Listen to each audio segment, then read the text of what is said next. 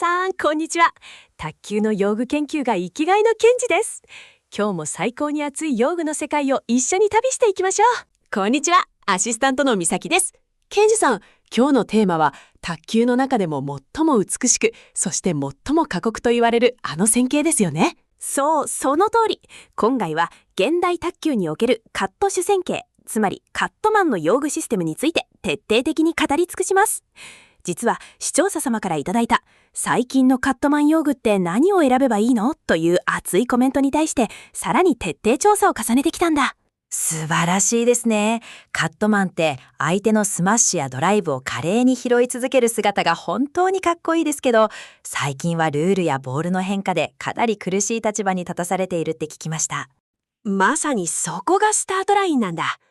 現代の卓球シーンはプラスチックボールへの完全移行、さらにはボールの直径や素材の微細な変更によってカットマンを取り巻く環境が歴史上最も過酷になっていると言っても過言ではないんだよ。沢球スポーツの解説記事やタクトレの最新分析でも繰り返し指摘されていることなんだけど、ボールの回転量が低下して逆にスピードが向上するという物理的変化が起きている。スピードが速くなって回転がかけにくくなった。それってカットマンにとってはダブルパンチじゃないですか。そうなんだ。相手の強烈なドライブの回転量が減るということは、カットで下回転に反転させるための元のエネルギーが減るということでもある。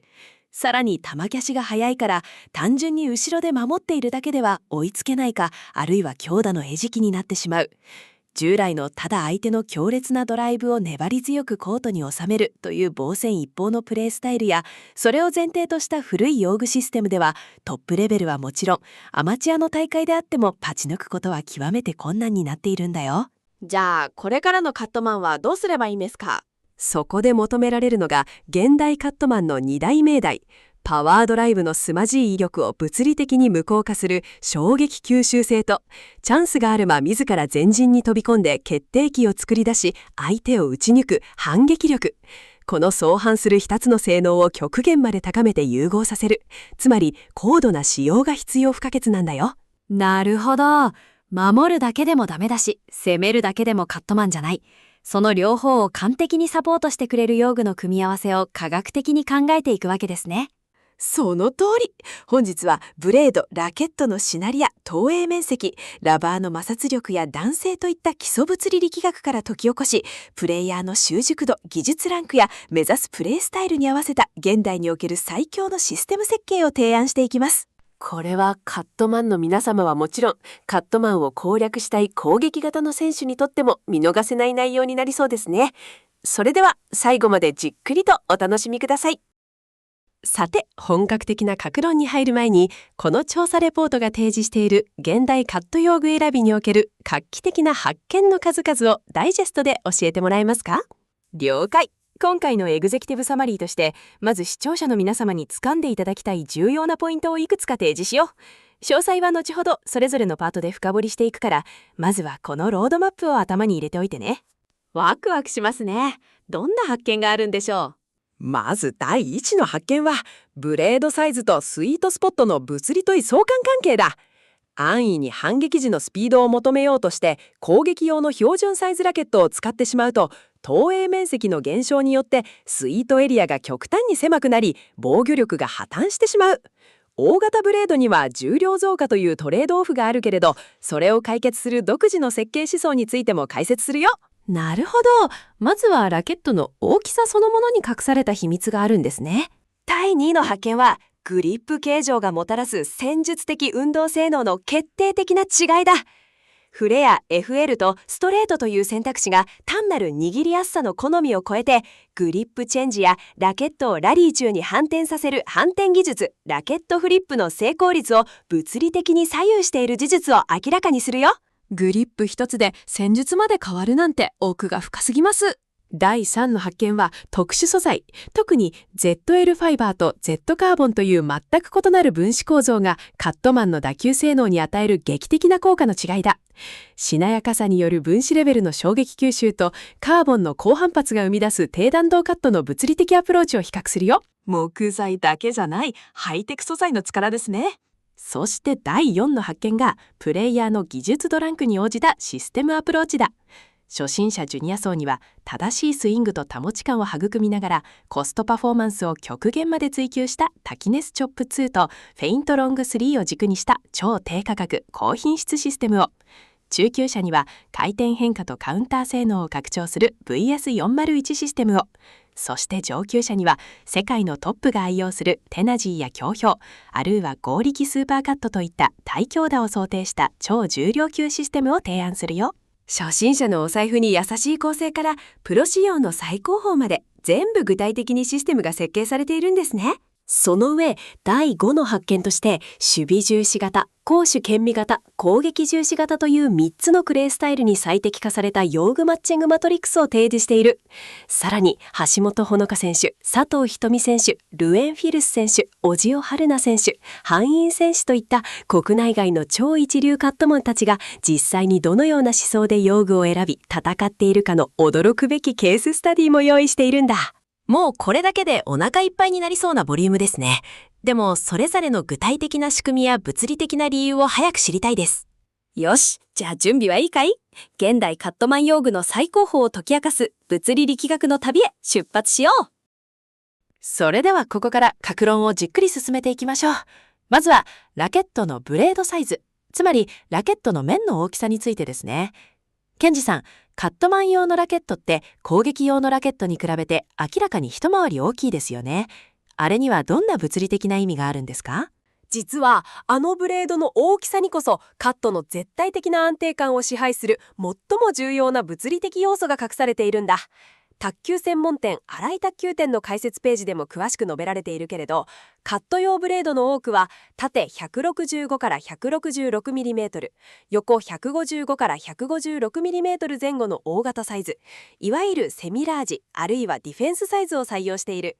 これに対し一般的な攻撃用ブレードは縦 157mm、横 150mm 程度なんだ。縦も横も約 1cm くらい大きいんですね。面積にすると結構な違いになりそうです。そうなんだ。この投影面積が大きくなることで物理的に何が起きるかというと、第一にスイートスポットが劇的に広がるんだよ。カットという技術は相手の時速 100km を超えるような強烈なドライブをラケット面で正確に捉えて衝撃を吸収しなければならない。もしスイートスポットが狭いラケットを使っていて少しでも打球点が芯から外れたらどうなると思う？ボールが暴走してあらぬ方向に飛んでいったり、逆に全然弾まなくてネットに直撃しちゃいそうです。その通り、芯を外した瞬間にブレードが手元で不規則にぐらついてしまい、ボールのエネルギーを均一に減衰させることができなくなる。これがカットのミスに直結するんだ。だから大きなブレードでスイートエリアを物理的に広げ、衝突時のブレを最小限に抑えることが絶対的な安定感を得るための必須条件なんだよ。なるほど。じゃあ攻撃用の小さいラケットでカットをするのはかなり無理があるってことですね。安易に攻撃時の威力を高めたいからという理由で攻撃用の標準サイズラケットを使うと、投影面積の縮小によってカットの安定感が著しく損なわれてディフェンス自体が崩壊してしまうという本末転倒な結果になりやすいんだ。ただね、このブレードを大きくするという設計には物理的なトレードオフが当然存在する。トレードオフ、何かを良くすれば何かが悪くなるっていう物理の法則ですね。何が犠牲になるんですか？わかりやすいのが空気抵抗の増大と総重量の急増だ。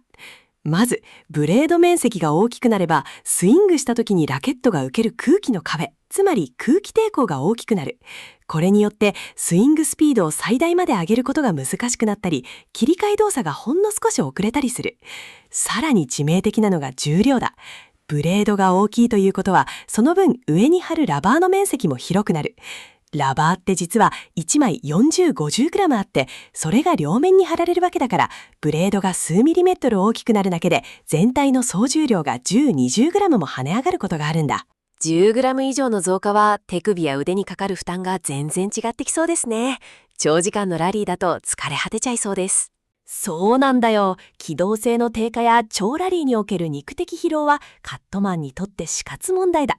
だからこそこの重量問題に対するカウンターとして八坂の正宗のようにあえて縦 154mm 横 155mm という極めてコンパクトなほぼ丸型の特殊サイズを採用したブレードも存在する。これはスイングスピードとフォアバックの切り替え動作を最優先するための超攻撃的かつモダンな設計思想なんだ。このようにブレードサイズ一つとっても安定感を取るかそれとも機動性を取るかという妥協なき物理的選択が常に行われているんだよ。続いてはグリップ形状、つまり持ち手の部分についてです。卓球ロケットには主にフレア、FL とストレート、ST がありますけど、カットマンにとってグリップ選びはどれくらい重要なんですか？結論から言うと、グリップ形状の選択はカットマンの戦術そのものに致命的な影響を与える。単に握りやすいからという感覚だけで選んでいい部分ではないんだよ。握りやすさだけじゃないんですか？そう。まずフレアグリップ、いわゆる FL について解説しよう。FL はグリップの末端に向かって徐々に広がっている形状をしているよね。手のひらや指の形に自然にフィットするから握った時の安定性が非常に高い。沢級スポーツの用具ガイドでも解説されているけれど、FL は手の小さいジュニア層や女子選手、あるいは握力を無駄に使いたくない選手に適している。カットをするときにラケットが手元でぐらつくのを防ぎ、常に一定の刀でボールを捉えやすくなるというメリットがあるんだ。確かに FL はがっちり握れて安心感がありますよね。一方で中19社のカットマンの多くが熱狂的に支持するのがストレートグリップ、つまり ST なんだ。なぜ ST がここまで愛されるのか。その理由はグリップチェンジ、握り替えのしやすさにあるんだよ。グリップチェンジ？カットマンってラリー中に持ち方を変えているんですか？そうなんだよ。カットマンは後ろに下がってカットをするときは手首の可動域を広くしてラケットを深くしならせるためにグリップの端を浅くルーズに握る方が多い。でも相手が短いストップボールを落としてきてそれを前に走って突っつき退場処理したり、あるいは甘い球をフォアハンドドライブで攻撃したりするときは指先に力を伝えるために瞬時に深く強く握り替える必要があるんだよ。なるほど。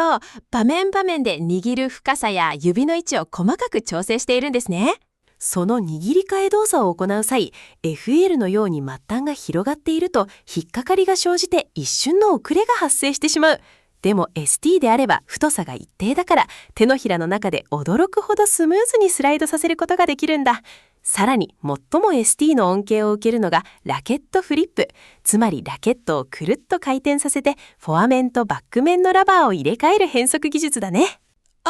フォアに貼ってある裏ソフトラバーとバックの粒高ラバーを逆にして相手を混乱させる技ですね。その通り。ラリーの真っ最中に 0.1 秒単位の超高速でラケットを反転させるには断面が深円あるいは均等な楕円形に近い ST グリップが絶対に必要になる。FL だと反転させた時に手のひらへの収まりが裏表で変わってしまい違和感が生じるからね。ファンボールのコラミでも攻撃重視や変則的な戦術を組み立てる選手にとって ST グリップは必須の仕様として推奨されているよ。このように安定したホールド感でミスを減らす FL か、変幻自在の運動性能とグリップチェンジを可能にする ST か、自分の戦術に合わせて物理的に選択することが重要なんだ。次はラケットの内部に組み込まれている特殊素材について教えてください。最近のラケットって木材の間にいろいろな繊維が入っていますよね。カットマン用の特殊素材にはどんな特徴があるんですか？近年のプラスチックボール環境下において純木材だけのラケットでは相手の超パワードライブを抑え込むこととこちらから威力のある反撃をすることを両立するのが難しくなっている。そこでメーカー各社は様々な特殊素材をブレードに組み込んでいるんだ。今回はその代表格であるバタフライの ZL ファイバーと八坂やビクタスなどのラケットに搭載されている Z カーボンの分子構造と弾性特性の違いについて比較してみよう。ZL ファイバーと Z カーボン、名前は似てますけど性質は全然違うんですか？全く違うんだよ。まず ZL ファイバーは有機系繊維であって金属や炭素を含まない。そのため極めてしなやかで柔らかいという分子特性を持っている。ラリーズの用具レビューでも絶賛されているけれど ZLF を搭載したインナーシールドレイヤー ZLF はボールが当たった瞬間にブレード全体がぐっと大きくしなってボールを包み込むような長い球持ちを提供するんだよ。ボールを包み込む。それってカットのコントロールにどう影響するんですか？相手のドライブがラケットに衝突した瞬間、その強烈なエネルギーを ZLF の分子がしなやかに吸収・分散してくれる。つまり余計な反発を完全にデッド・無効化して、自分のスイングの力だけでボールをコントロールできるようになるんだ。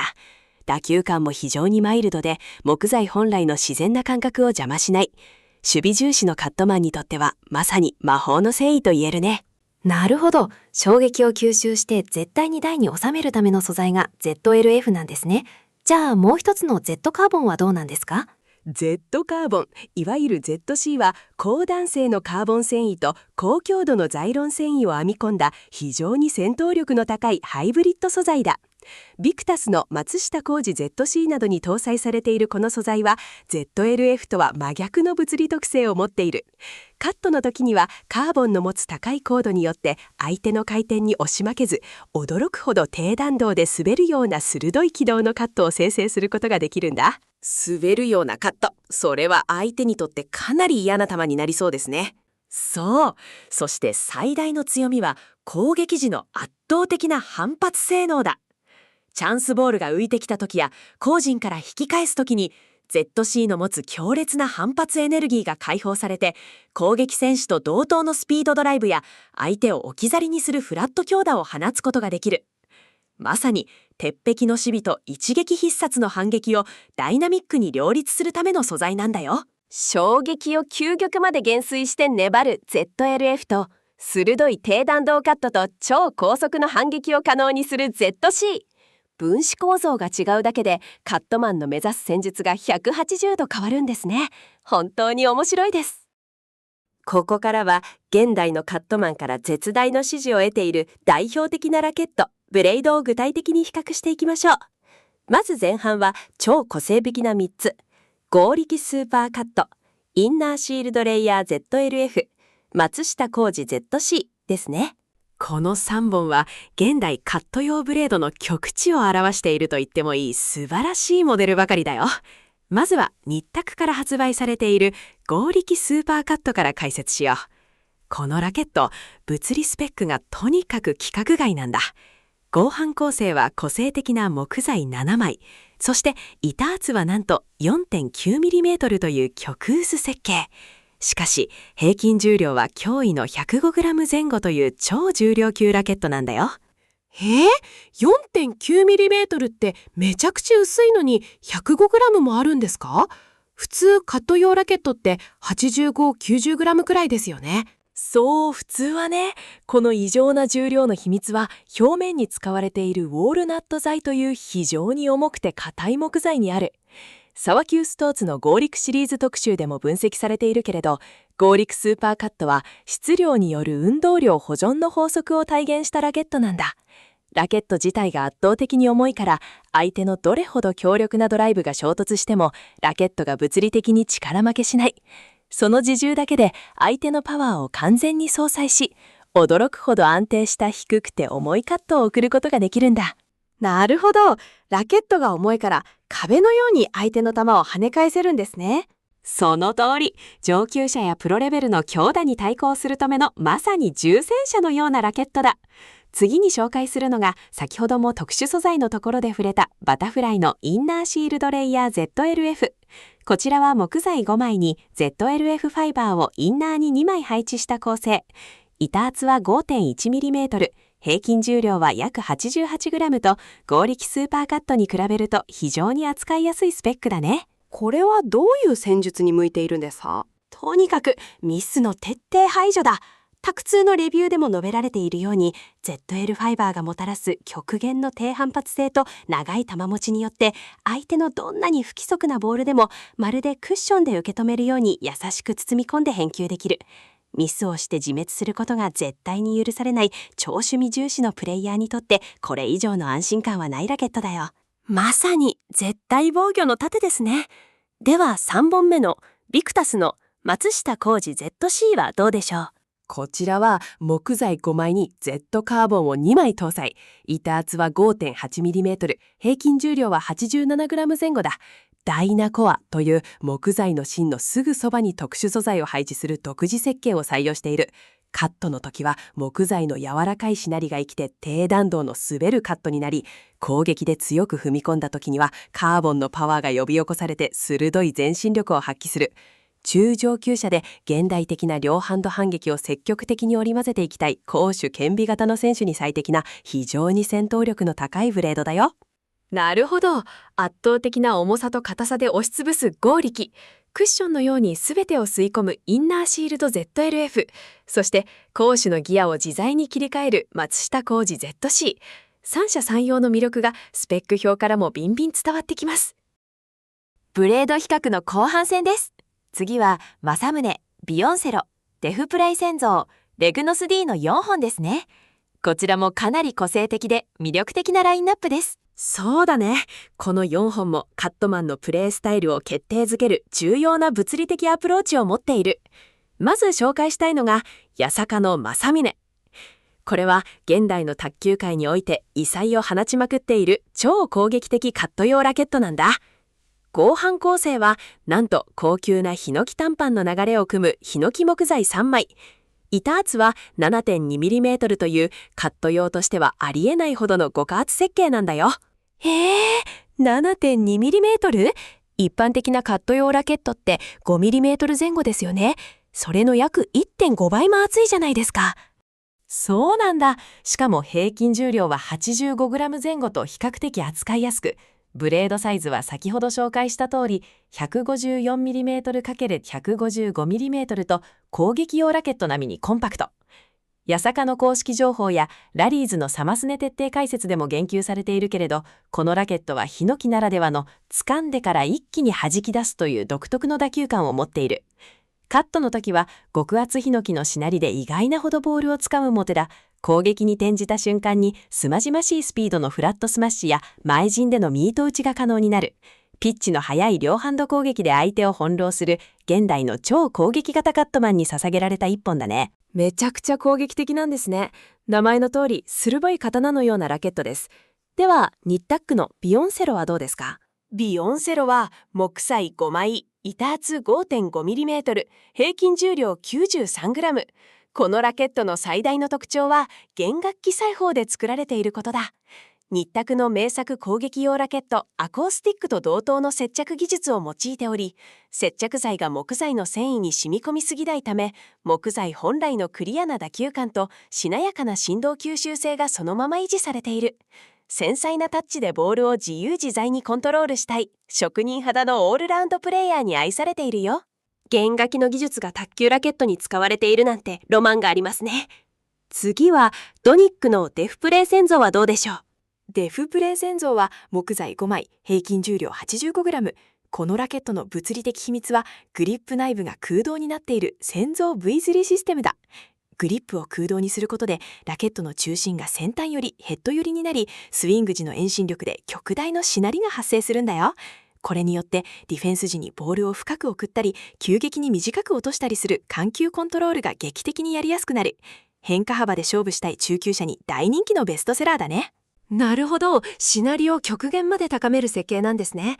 最後のニッタックのレグノス D はどんなラケットですか？レグノス D は木材5枚、板厚古典 0mm、平均重量 84g。これは非常にニュートラルかつ平準化された設計になっていて、余計な癖が一切ない。弾みと安定性のバランスが完璧で、初学者やジュニア選手がカットの正しいフォームや球持ちの基本感覚を身につけるのにこれ以上ない教科書のようなラケットなんだよ。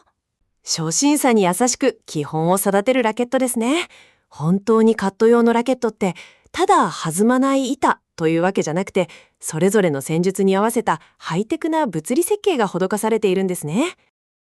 ここからは技術度ランク別に最適なラケットとラバーのシステム構築について考えていきましょう。まずは初級者ジュニア層、卓球を始めて間もない段階や中学生などのプレイヤーが目指すべき用具選びについてです。ケンジさん、最初の段階で最も大切にすべきことは何ですか？初級者やジュニア層が用具を選ぶ上で絶対に外してはならない大原則は、正しいスイング軌道の確率と打球時にボールをしっかりとラケット面で捉える球持ちの感覚、インパクト感覚の育成なんです。沢級スポーツの中学生初心者カットマン向け用具構成の記事でも強調されているけれど、最初から変太幅の大きすぎる特殊なラバーや弾みすぎるラケットを使ってしまうと、ボールが勝手に飛んでいたり、逆に全く飛ばなかったりして、正しいフォームが身につかなくなってしまうんだよ。確かに、まずは自分の力で打って自分の力でコントロールするという基礎が大事ですよね。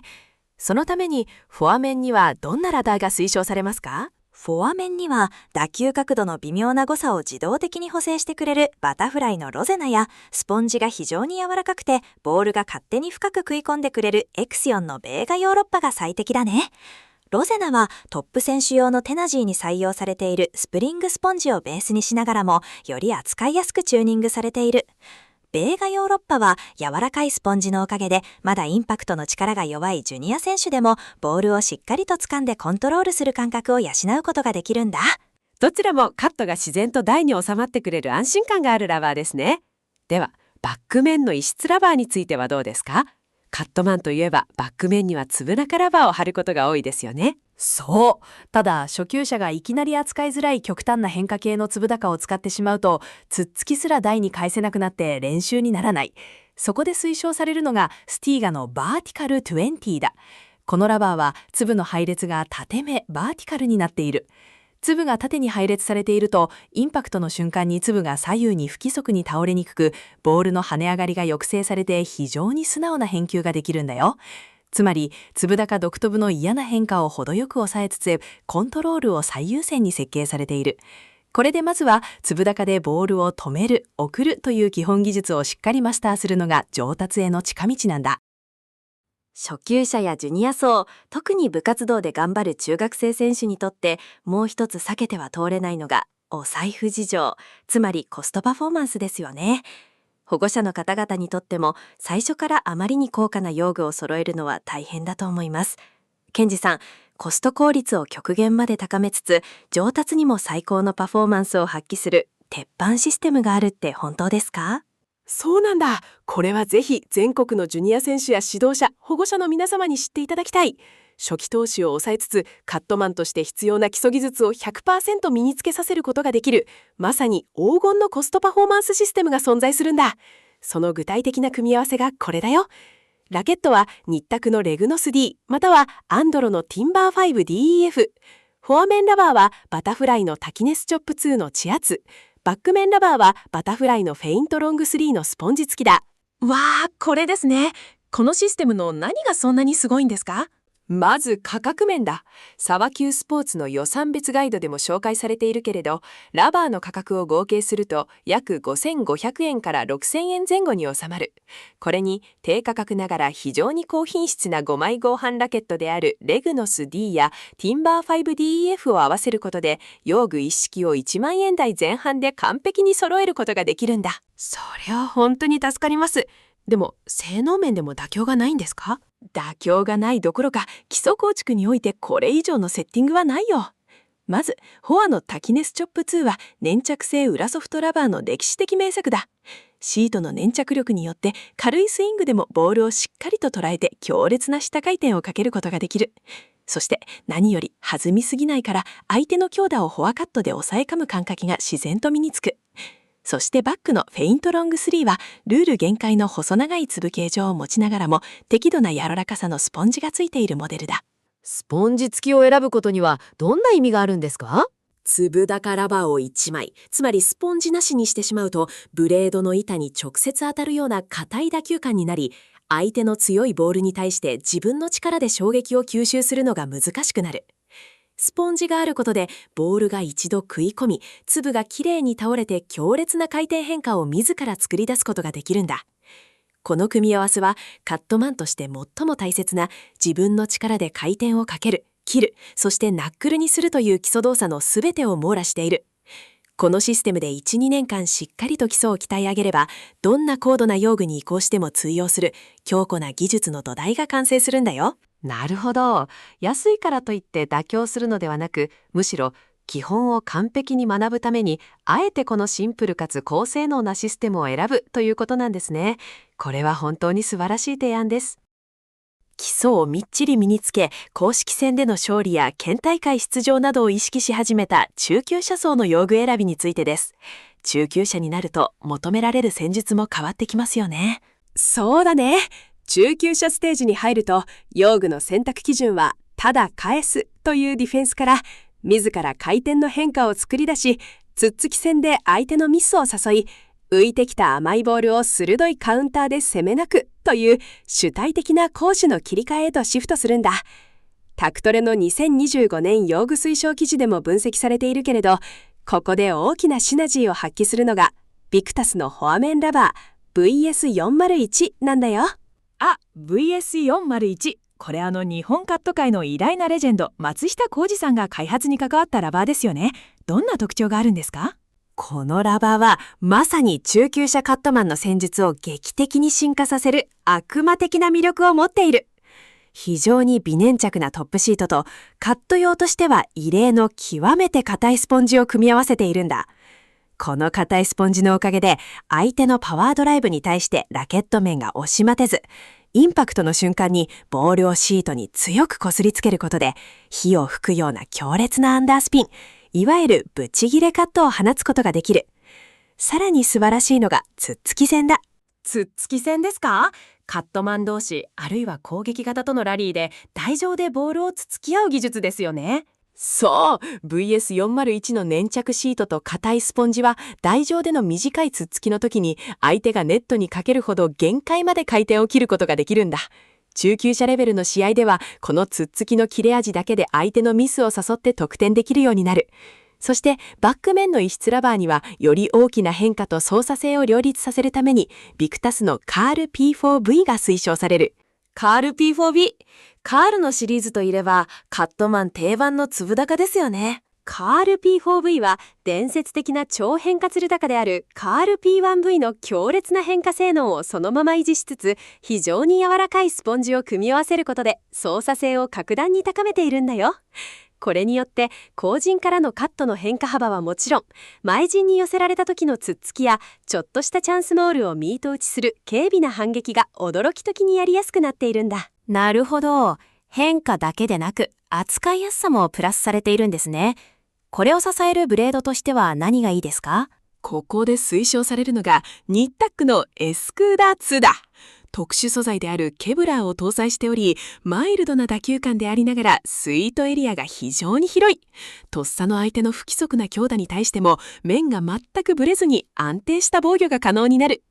エスクーダー2プラス VS401 プラスカール P4V というシステムは中級者カットマンに変化で崩しカウンターで仕留めるという一歩上の戦術的自由を漏らしてくれる最強のセッティングなんだよ。ついにやってきました。最前線で激しいラリーを繰り広げる上級者プロフェッショナル層のシステム設計です。ケンジさん、プロレベルのカットマン用具ってもはや攻撃選手と何が違うのかわからないくらいすごいラバーが貼ってありますよね。そうなんだ。上級者やプロレベルになると相手が放ってくるドライブの回転量、スピード、コースの厳しさはアマチュアとは次元が違う。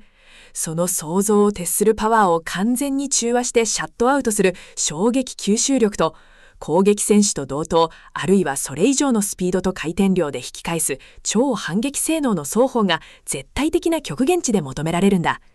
サバ級スポーツのトップ選手用具分析でも明らかなように、ここで選ばれるフォアメンラバーは世界を席巻する超一流モデルばかりになるよ。具体的にはどんなラバーですか？バタフライのテナ G05 やディグニックス 09C、 あるいは中国製粘着ラバーの最高峰である強氷三国ギルブルーだね。これらのラバーは非常に硬質で爆発的なエネルギーを持つスポンジを搭載している。正直並大抵のスイングスピードではボールをコントロールすることすらおぼつかない。しかし限界まで鍛え上げられた体幹とスイングスピードが連動した時、重力に逆らうような信じられない鋭いアーク、弧線を描くブチギレカットと、一撃で相手コートを打ち抜く高速カウンタードライブが生まれるんだよ。まさに使いこなせれば最強のプロフェッショナル用具ですね。ではバック面はどうですか？バック面には相手のドライブ回転を能動的にナックルや反転スピンへと変換し、プッシュによる積極的な仕掛けを可能にするドイツティバーのテンション系粒高グラス DTX や変化系表ソフトのドナックルが選択される。特にグラス DTX は粒のテンション効果によってただ当てるだけで相手が悲鳴を上げるほどの揺れる変化球や高速の鋭いカットを送ることができるよ。これを支えるブレードはやはりそれなりの強靭さが必要になりますよね。その通り。ここで合わせるのが超重量級の合力スーパーカットや Z カーボンをインナーに配した松下浩二 ZC だ。用具全体が相手の物理的パワーに決して押し負けない強固な防壁となり、あらゆる打球に対して最適な軌道を自ら描き出すシステムへと昇華される。上級者レベルでは用具は単なる道具ではなく、自らの身体能力を 120% 解放し、対戦相手を物理的精神的に圧倒するための最強の兵器なんだよ。ここからはプレイヤーのプレイスタイルに焦点を当てたスタイル別最適システムについて解説していきましょう。まずはカットマンの原点にして王道、守備重視型です。ケンジさん、このスタイルの最大の武器は何ですか？守備重視型を施行する選手にとって最大の武器は絶対にミスをしない鉄壁の守備力と、相手の打球点を狂わせるほど激しく落差のある回転の変化幅だね。このシステムの設計思想は非常に明快。相手が放つ超パワードライブのスピードをラケットに当たった瞬間に物理的に完全にデッド、無効化すること。そして返球をネットスレスレの極めて低い弾道で相手コートの最も深い位置に突き刺し続けることなんだ。相手に気持ちよく強打させず延々と粘ってミスを待つ。ある意味最も精神的に相手を追い詰めるスタイルですね。これに最適な用具の組み合わせを教えてください。ブレードには先ほど紹介した衝撃吸収性とつっつきの安定感において右に出るものがないインナーシールドレイヤー ZLF を採用する。そしてフォア面には自ら強烈な下回転をかけることができる VS401 やタキネスチョップ2の薄中を配置するんだ。ここで重要なのは厚さの選択。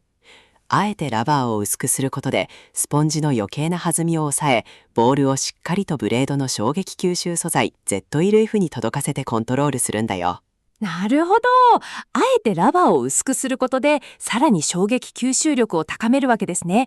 ではバック面はどうですか？バック面には粒が適度に倒れるしっかりとした腰を持ちながらも幅広い変化と高いコントロール性を誇るニッタクのウォーレストや、相手の回転を強烈に反転させて大混乱に陥れるアンドロのラザントカオスを選択する。ウォーレストは粒高でありながら非常に扱いやすく、低弾道のカットを安定して送り続けることができる。一方、ラザントカオスは相手のドライブを急激に沈み込ませたり揺らしたりする変則的な軌道変化をボールに付加することができるんだ。このインナーシールド ZLF プラス VS401 中プラスウォーレストというシステム。想像しただけで対戦相手はどこに打っても返ってくる壁に向かって打っているような絶望感を味わいそうですね。まさに鉄壁。ミスを徹底的に排除したこれぞカットマンの美学を具現化したシステム設計だね。次は現代の卓球界で最も主流とされている攻守兼備型のシステム設計です。後陣での安定したカットで粘りつつ、相手がループドライブやつなぎのボールを送ってきた瞬間、前陣に取り込んで強烈なドライブで打ち抜くスタイルですね。そう、まさに現代の王道スタイルだ。守備の堅牢さを維持しながら攻撃の爆発力を高めるという非常にハイレベルなバランスが求められる。このシステムの設計思想は、ディフェンス時にはラケットのしなりを利用して強打をしっかり抑え込み、オフェンス時にはブレードの反発力とラバーのハイテンション性能をフルに活用してスピード性能を引き出すこと。そしてフォア面とバック面で明確に役割を分担しつつ、スイング時にヘッドがスムーズに回るよう重量バランスを完璧に最適化することなんだ。守りと攻め、どちらも 100% 妥協したくない。そんな欲張りなシステムを支える用具とは何ですか？基準となるのはビクタスの松下浩二レギュラーモデル、またはより攻撃時のスピードを高めた松下浩二オフェンシブだ。この松下浩二オフェンシブは表面に非常に硬質なマホガニ材を採用しており、カットの抑えやすさを保ちつつも、攻撃時には非常に鋭い弾きを見せてくれる。そしてフォアメンラバーにはバタフライのテナジー64やビクタスの V15 エクストラの圧特圧を贅沢に配置するよ。テナジー64や V フィグエクストラですか？完全に攻撃用のハイテンションラバーですよね。しかも特圧ってカットの時に飛びすぎてしまいませんか？そこが松下幸二オフェンシブの優秀なしなり特性との高度な連携なんだ。インパクトが弱い時はブレードのしなりがボールを包み込んでくれるから、ハイテンションラバーであっても暴発を抑えて深く安定したカットが送れる。そしていざ攻撃に転じて強いスイングをした時には、マホガニゼイと V15 エクストラの爆発的な弾性が合わさって攻撃選手顔負けのドライブが炸裂するんだ。特にテナジー64はスピード性能に優れ、中後陣から引き返した時にもボールが途中で失速せずに伸びる特性があるから、カットマンの反撃ドライブにはこれ以上ない武器になるよ。バック面には何を合わせるんですか？バック面には長年世界のカットマンを支えてきた定番中の定番、ビクタスの超変化粒高カール P1 ウェイ極薄から中を合わせる。これで後陣での粘り強い変化カットと前陣での鋭い3球目5球目攻撃のシステムを一切のよどみなくシームレスに構築することができるんだよ。これぞまさに現代卓球を勝ち抜くための完璧なハイブリッドシステムだね。プレースタイル別の最後は、最もアグレッシブな攻撃重視型、あるいはマンチュージンピッチ異質攻撃型と呼ばれるスタイルです。カットを守備のためではなく、相手の先手を封じて決定機を作るための布石として捉える超攻撃的な戦術ですね。そうだね。このスタイルの選手は守備エリアを無理に後ろまで広げず、前陣から中陣の狭い範囲に限定する。そしてコンパクトなブレードと鎌離れの速いラバーを組み合わせて、相手に考える時間を与えない超高速ピッチを展開するんだ。システムの設計思想は徹底的な時間剥奪、タイムプレッシャーだよ。相手の時間を奪う、すまざしくスリリングな卓球になりそうですね。この超攻撃型に最適な用具は何ですか？ここで中心に位置するのが、先ほど紹介した八坂の正宗や、かつてミスターカットマンと呼ばれた高島則義が監修した最高峰のヒノキ3枚合板、高島 H3 だね。ヒノキならではの厚みとしなりを生かして、カットを通常よりも低く直線的な弾道でピュッと送り出す。これによって相手にドライブをかける十分なタイミングを取らせないんだ。直線的な高速カット、それは攻撃選手からしたらタイミングが全く合わなそうです。フォアとバックのラバーには何を貼るんですか？フォア面には超高質な粘着テンションラバーである八坂のラクザ Z エクストラハードや、高いスピード性能を持つベガアジアを特圧で貼る。ラクザ Z は非常に回転がかかる上にスポンジが硬いから、前陣でのスマッシュやカウンターが面白いように決まる。そしてバック面には変化系表ソフトのドナックルや回転系表ソフトのスピンピップス D2 を搭載するんだよ。バック面が粒高ではなく表ソフトになるんですね。そう。特にドナックルは通常の表ソフトよりも粒が細長くて粒高に近い形状をしている。だからカットの時には相手の回転を殺したナックル製のショートカットが送れる一方で、表ソフトならではの球離れの良さと弾きを生かして甘いボールをバックハンドスマッシュ、すなわちミート打ちで瞬時に打ちに行くことができる。この坂村プラスラクザ ZEH プラスドナックルというシステムは、相手を前陣での目まぐるしい高速ピッチと高速ナックルで窒息させる、まさに新時代のカットマンスタイルを実現する用具構築なんだよ。ここからは実際に国内外のトップクラスで活躍している超一流カットマンたちの使用用具ケーススタディをお届けします。まずは日本女子カット界の誇る最強の2枚看板、ミキハウスの橋本穂香選手と佐藤瞳選手です。ケンジさん、この2人の用具システムは世界中の卓球関係者を驚かせていますよね。まさに現代カット用具の物理的合理性を極限まで突き詰めた驚くべきシステムなんだよ。2人が採用している用具の組み合わせは実はほぼ同じ構成になっている。ラケットは日卓の合力スーパーカット、フォア面はバタフライの強氷3国境ブルー特注粘着ラバー、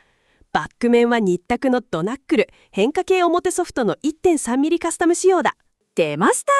先ほど紹介した合力スーパーカットですね。平均重量が 105g 前後という超重量ラケットを女子選手である彼女たちが使っているというのがまず驚きです。一見非力な女子選手がそんな重いラケットを振り回すのは不合理に見えるよね。でも日卓の合力開発秘話や佐藤瞳選手自身のインタビューでも明らかにされている通り、このシステムには明確な物理的理由がある。それは圧倒的な自重がもたらす極大の慣性エネルギーだ。現代の女子卓球は前陣でのラリースピードが男子並みに上がっており、放たれるドライブの球威も凄まじい。普通の軽いラケットだと相手のボールに力負けしてラケットがミリ単位でブレてしまい、カットが浮くかミスになってしまうんだ。でも合力なら重いから絶対にブレないと。そうなんだよ。佐藤瞳選手は以前より弾みの抑えられたハットローシールドを使用していたけれど、世界トップクラスの異常な球威に対抗するために、あえて超重量級の合力スーパーカットへの変更を決断したんだよ。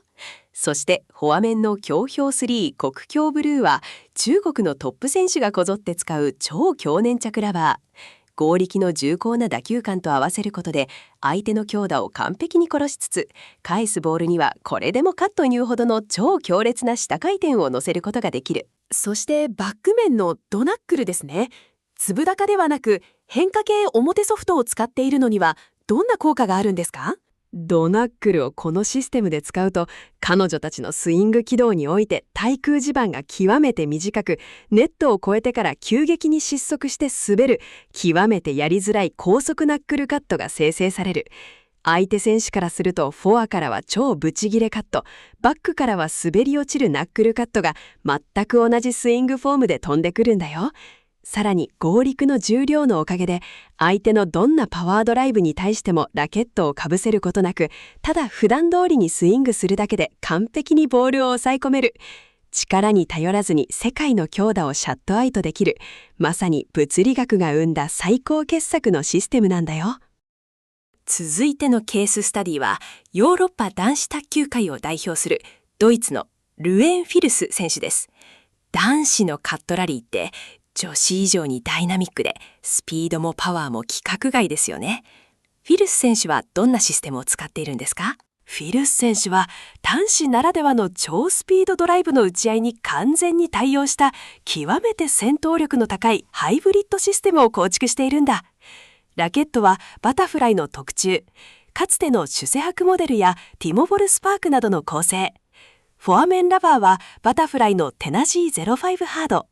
バック面ラバーはバタフライのフェイントロング3。スポンジ圧 1.1 ミリから 1.5 ミリだ。フォア面がテナジー05ハード。攻撃選手でもかなりパワーのある選手が好むスポンジがカチカチに硬くて超弾むラバーですよね。カットマンが使って制御できるんですか？そう、そこがフィルス選手の怪物たるゆえんであり、システムのミソなんだよ。フィルス選手の最大の特徴は、ラリー中に一切のよどみなく繰り出されるラケットフリップ、反転技術なんだよ。彼はグリップ形状についてストレート、ST グリップに極めて強いこだわりを持っている。バタフライの公式選手プロフィールやテーブルテニスデイリーの用具フォーラムでも話題になっているけれど、彼が ST を選ぶ理由は反転時に指の引っかかりを完全に排除し、手のひらの中で摩擦なくスムーズにラケットを高速回転させるためなんだよ。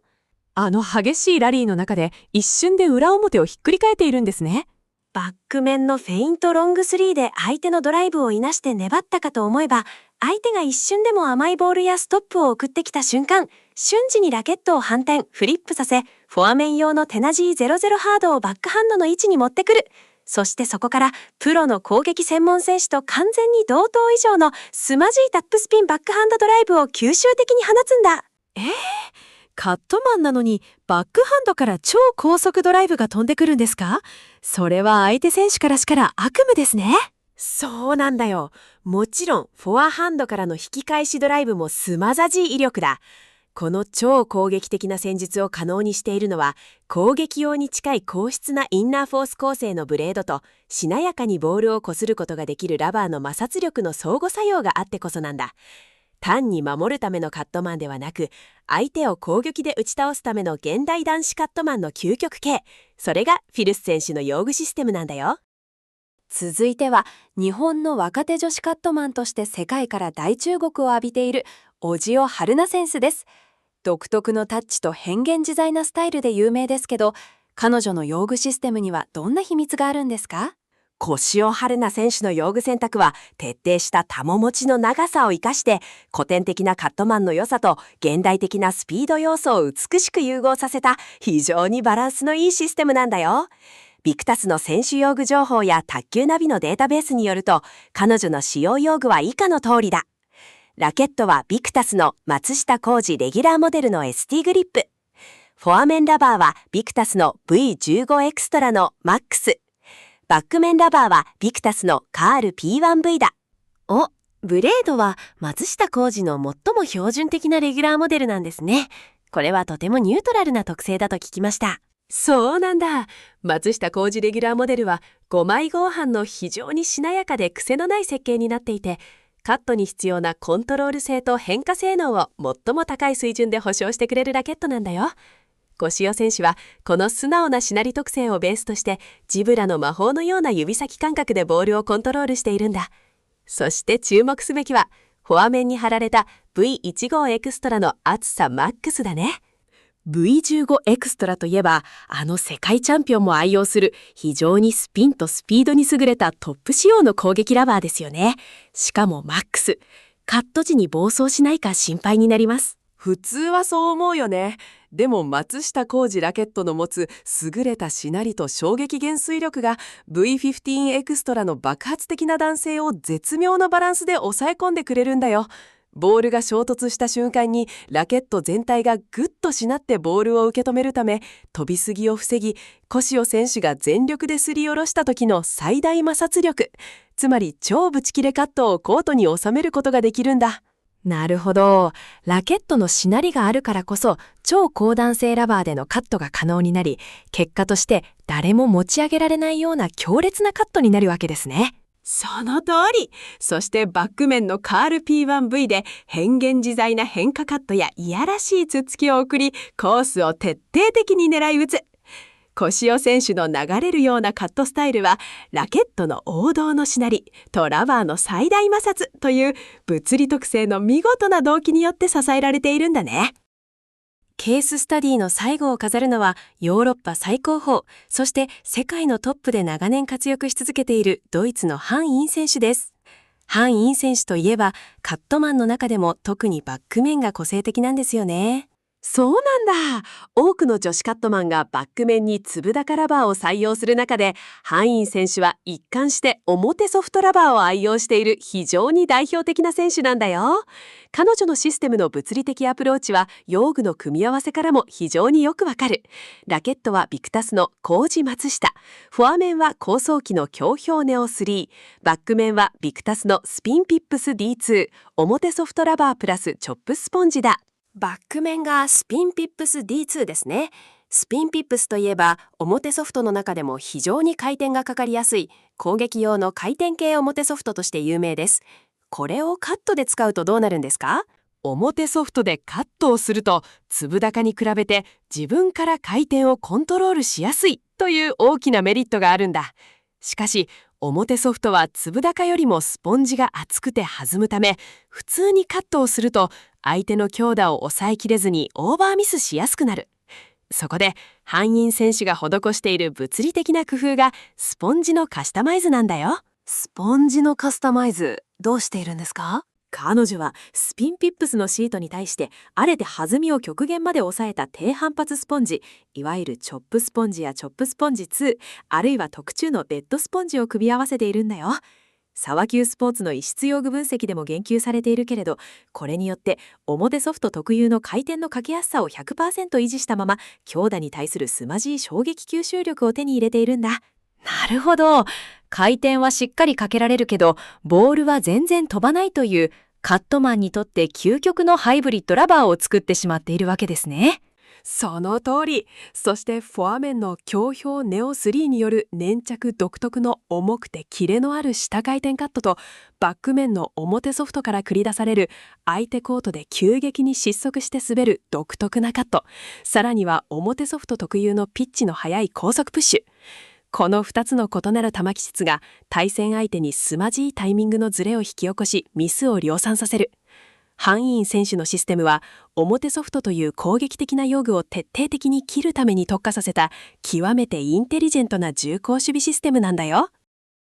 ケンジさん、ここまで基礎物理力学から始まってレベル別の推奨システム、プレイスタイル別のマッチング、そして超一流選手たちのケーススタディまで本当に圧倒的なボリュームと深さで解説してきましたね。語り尽くしたね。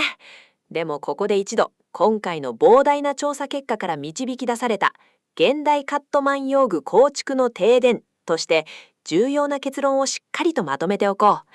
視聴者の皆様がこれから用具を選ぶ上で最も大切な指針になる部分だからね。はい。まず最も大きな変化として現代卓球におけるカット用具選びは昔のようなただ弾まない安全なものを選ぶという消極的な姿勢から完全に決別したということですよね。その通り、沢級スポーツの最新ガイドやタクトレの分析でも明らかなように、現代は自身のフィジカル、打球、打点、そして自分がどのように得点するかという戦術シナリオに基づき、ブレードの物理力学特性とラバーの分子構造特性を能動的に同期させるシステム設計を行う時代なんだよ。能動的なシステム設計。かっこいい言葉ですね。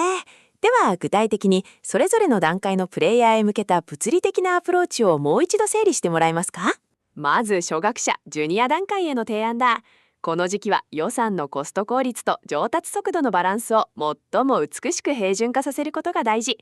バタフライのタキネスチョップ2とフェイントロング3スポンジ付きという絶対的な信頼を誇る基礎構築用ラバーにコントロール性能に優れたレグノス D やティンバー 5DEF のような5枚合板ラケットを合わせる。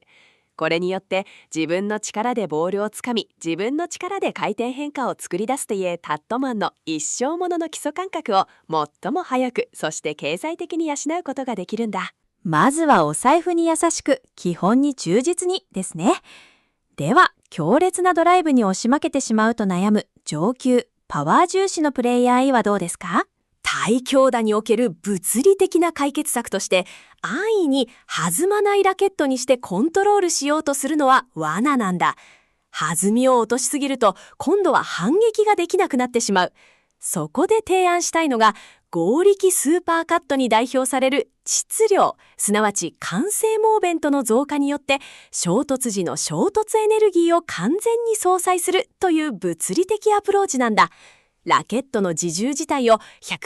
の前後に高めることで相手の凄まじいドライブの運動量をラケットがブレずに完全に受け止める。これによってカットの安定感を極限まで高めつつ返球にも重い質量が乗るため相手が強打しづらい重いカットを送ることができる。もちろんこれを振り切るための強靭な体幹を鍛える必要はあるけれど現代の対強打システムとしては唯一無二の正解だと言えるね。